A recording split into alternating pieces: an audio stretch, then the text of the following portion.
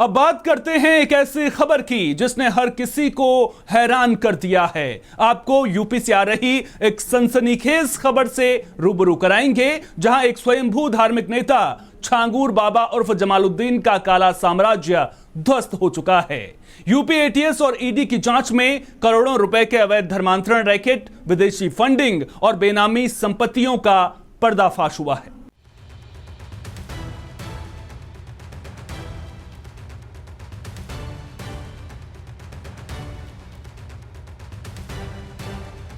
छांगूर बाबा का अतीत।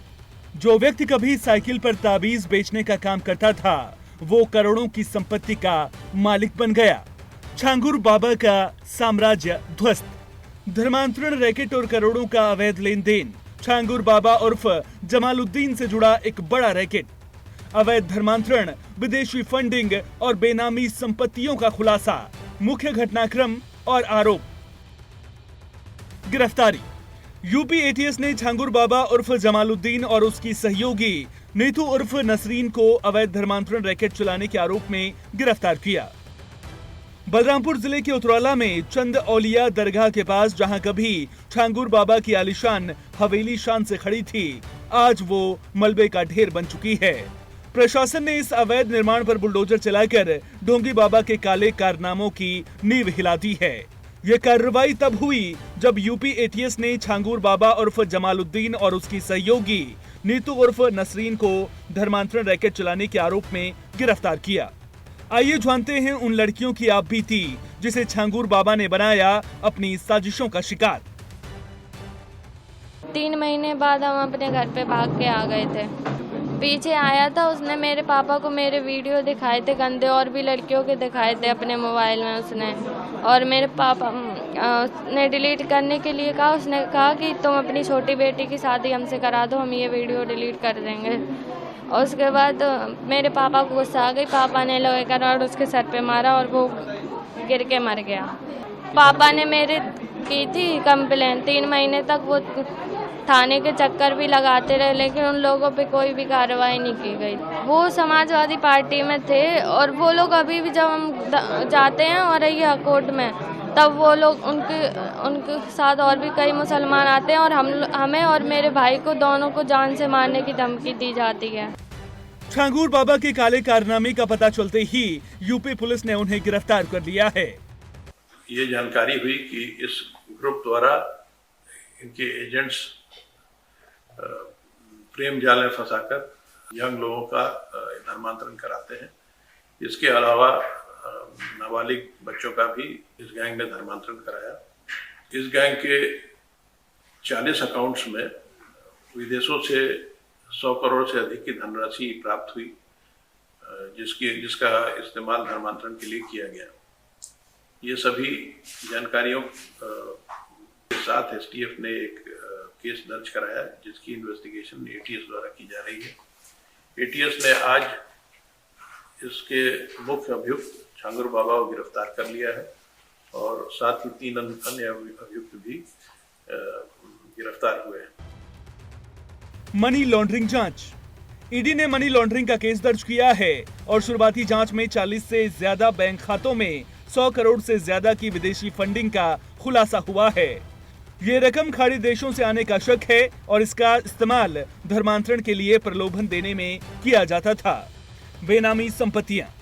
बलरामपुर और पुणे में छांगूर बाबा की 100 करोड़ से ज्यादा की बेनामी संपत्तियां सामने आई हैं, जिनमें अवैध रूप से बने कॉलेज, अस्पताल और मदरसे शामिल हैं, जिन्हें ध्वस्त कर दिया गया है। जांच एजेंसियों के मुताबिक छांगूर बाबा का ये रैकेट केवल बलरामपुर तक ही सीमित नहीं था, बल्कि इसके तार महाराष्ट्र और नेपाल सीमा से जुड़े जिलों तक फैले हुए थे।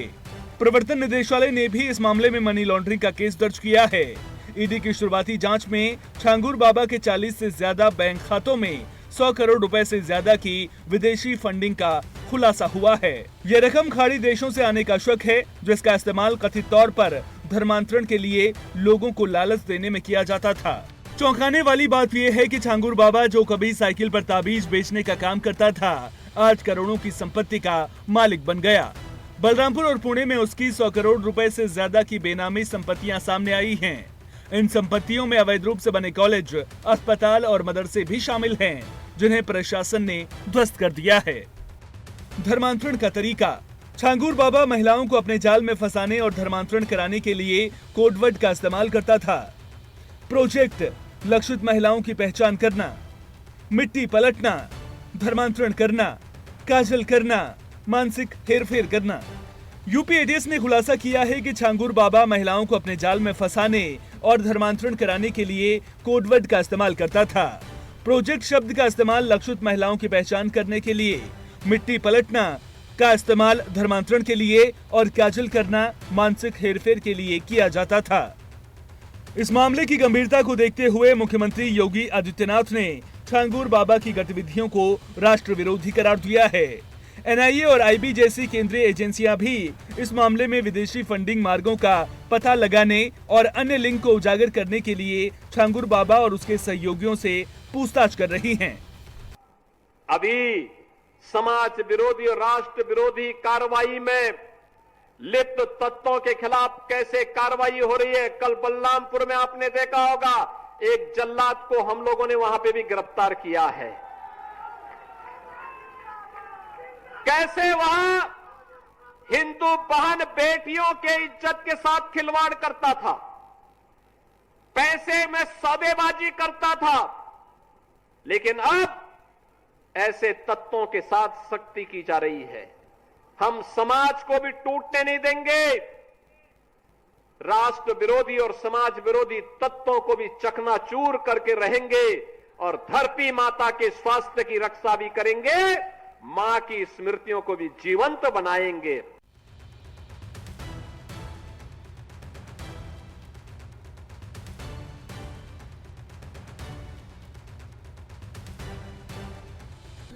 छांगुर बाबा के इस मामले ने एक बार फिर ऐसे ढोंगियों के खिलाफ कड़ी कार्रवाई की जरूरत पर जोर दिया है जो धर्म की आड़ में अवैध और राष्ट्र विरोधी गतिविधियों को अंजाम देते हैं।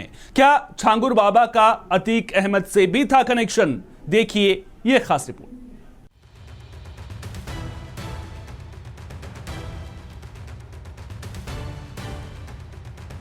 छांगुर बाबा भले ही आज सुर्खियों में है, लेकिन इसका काला धंधा 2014 से भी पहले से चल रहा है।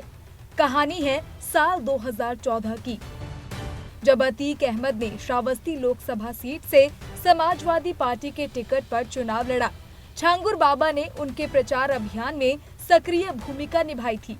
सूत्रों के अनुसार छांगुर ने अपने प्रभाव का इस्तेमाल कर मुस्लिम समुदाय के वोटों को अतीक के पक्ष में मोड़ने की बखूबी कोशिश की। उसने अपने अनुयायियों और स्थानीय स्तर पर प्रभावशाली लोगों को संगठित कर अतीक के लिए समर्थन जुटाया। इसके अलावा छांगुर ने अतीक के नामांकन के लिए एक घोड़ा भी दिया था। हालांकि अतीक अहमद उस चुनाव में जीत हासिल नहीं कर सके, लेकिन छांगुर की इस गतिविधि ने उनके माफिया और राजनीतिक हलकों में बढ़ते प्रभाव को उजागर किया।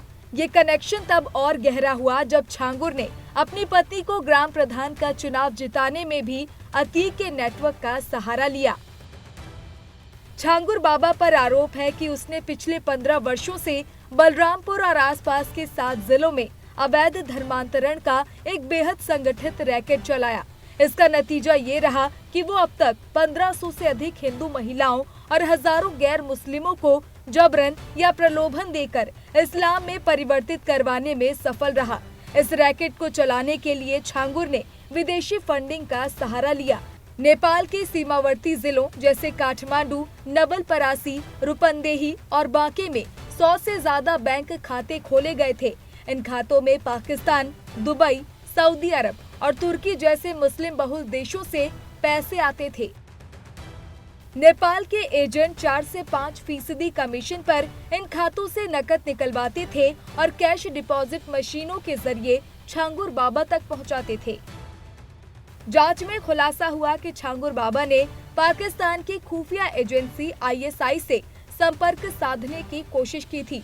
इसके लिए वो काठमांडू स्थित पाकिस्तानी दूतावास में हुई ISI एजेंटों की एक गोपनीय बैठक में भी शामिल होने का प्रयास कर रहा था। सूत्रों के अनुसार छांगुर बाबा का मकसद धर्मांतरित हिंदू महिलाओं की शादी ISI एजेंट्स और स्लीपर सेल ऑपरेटर से नेपाल में करवाना था।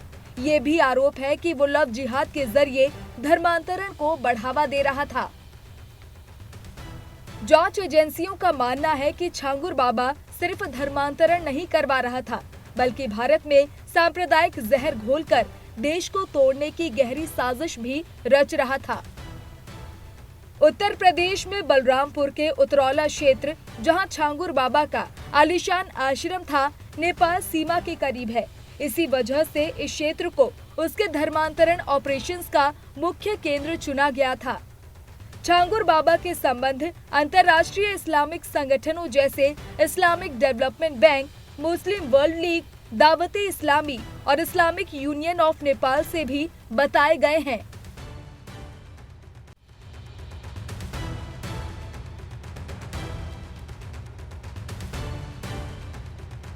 छांगुर बाबा ने नेपाल को अपने अवैध धर्मांतरण रैकेट के लिए एक सुगम रास्ते के रूप में इस्तेमाल किया, जिसका संबंध विदेशी फंडिंग और पाकिस्तान की आईएसआई से भी जुड़ा हुआ पाया गया है, जो इस बात को जाहिर करता है कि पड़ोसी मुल्क नेपाल, जिसे हम दोस्त मानते हैं, वहां की धरती पर भी आतंकी गतिविधियों को अंजाम दिया जा रहा है। उन आतंकी गतिविधियों को जो भारत के खिलाफ सक्रिय हो रही हैं, जो सुरक्षा के दृष्टिकोण से शुभ संकेत नहीं है।